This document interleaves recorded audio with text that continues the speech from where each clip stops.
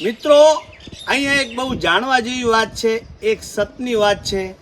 સામે દેખાઈ રહ્યું છે જોગણી માતાનું મંદિર. અહીંયા 15 વર્ષ પહેલા, 15 વર્ષ ને 15 વર્ષ પહેલા જ્યારે આ કિનાલનું નિર્માણ થયું ત્યારે અહીંયા કિનાલ વળાંક લે છે. જે તે સમયે નકશો અહીંયાથી સીધો હતો, એટલે જે સામે જોગણી માતાનું મંદિર છે 1/2 કિલોમીટર, એ તમને જઈને બતાવું. એટલે ત્યાં નકશા પ્રમાણે એ મંદિર માત્ર નાનું 4 ઈંટો રાખીને કોઈ દીવા અગરબત્તી કરતું હોય એટલું નાનું મંદિર. એડ્રેસ ક્યાં છે એ પણ હું તમને બતાવીશ. પણ શરૂઆતમાં મંદિર જ્યારે હટાવવામાં આવ્યું ને ત્યારે જીસીબી કે હિટાચી જે પણ હોય એનું બકેટ તૂટી ગયું, નુકસાન થયું, યા તો બંધ થઈ ગયું. પછી સરકારી કામ, મિત્રો જુઓ, તમે જોયું હશે કે સરકારી ક્યાંય કામ રૂકે નહીં. નાનું મોટું મંદિર હોય તો વિધિસર એને સાઈડમાં કરી દે ને ઘણી વખત તોડી નાખવામાં પણ આવે. પણ અહીંયા કેવું થયું, બીજી વખત ટ્રાય કરવામાં આવ્યો. ત્યારે એમ કહેવાય છે કે ત્યાં મધ હતું નહીં અને ભમરા મધ ઉડ્યું. ત્યારથી સરકારી માણસોને એમ થઈ ગયું કે ક્યાં ને ક્યાંય આ મંદિરમાં જરૂર પડે સત કે કાંઈ પણ ચમત્કાર છે. એટલે ત્યારથી આટલી બધી મોટી ભવ્ય કેનાલ, જેને લગભગ સામે પુલ દેખાય છે ત્યાંથી આમ વળે છે, અને જ્યાં તમે અત્યારે ઊભા છો એની પાછળ પણ એક વળાંક છે.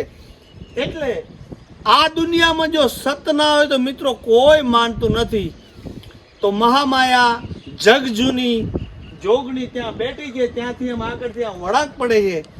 અને અહીંયા લોકલ માણસો દ્વારા જાણવા મળ્યું કે અહીંયા ઘણા બધા માણસો આજે પણ પોતાનું માથું નમાવી અને મનોકામનાની આશા કરે છે. અને હવે આપણે મંદિર જીનોરથી તમને દર્શન કરાવીશું.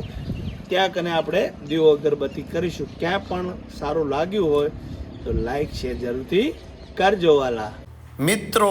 આ છે બનાસકાંઠાની નીલોડી ધરતી. દૂર દૂર સુધી હરિયાળી, અને આ વખત માતાજીની દયાથી વરસાદ પણ બહુ સારો થયો છે. તો હવે આપણે આવી ગયા છીએ માતાજીના ચરણોમાં. ધૂપ દીપ અને દીપ જોતે એવું લાગે છે કે આ દીપક અખંડ બળતો હોય તેવું લાગે છે. તો જૂના જોગણીમાં જોગણી અહીંયા બેઠી છે, બિલકુલ કિનાલના કાંઠે.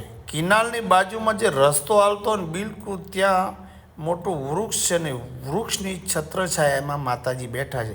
અને રસ્તો જે છે એ રસ્તો પણ અત્યારે લોકો સાઈડમાંથી ચાલે છે. અને અહીંયા આસ્થાનું કેન્દ્ર, જે પણ કોઈ આસ્થા લઈને આવે છે પોતપોતાની આસ્થા માતાજી પૂરણ કરે છે. અને બીજી વાત, આપણે અનેક વખત દેવડો જોયા હોય કે એને ખસકાવી નાખવામાં આવે છે, વિધિસર ખસકાવવામાં આવે છે. પણ કાંઈક તો અહીંયા ચમત્કાર છે. તો આ મંદિર અહીંયા ને અહીંયા જ છે. દેખો, નાનું મંદિર હોય કે મોટું મંદિર હોય, પણ દેવની મહાશક્તિ એટલી જ હોય છે. તો અહીંયા 64 જોગણીનું બોર્ડ મારેલું છે, અને બિલકુલ તમે નિહાળી રહ્યો છો એ રીતે આ કેનાલના બિલકુલ કાંઠે લીમડાના ઝાડ નીચે માતાજી બેઠા છે. આપણે એને વારવાર વંદન કરીએ.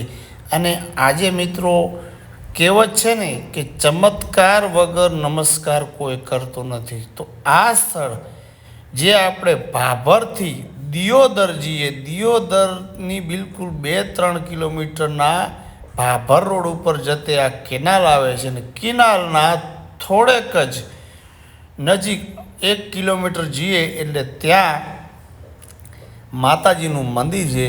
અને અહીંયા ઘણા માણસો પોતાની મનોકામના પૂરણ કરવા માટે માથું ટેકવતા હોય છે. તમે જુઓ છો કે બાજુનો રસ્તો છે, બિલકુલ રસ્તા માથે માતાજી બેઠા છે.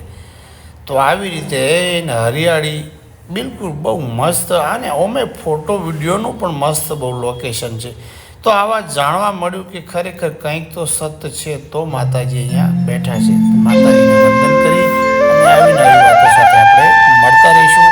તો જય મા જગજૂની જોગણી.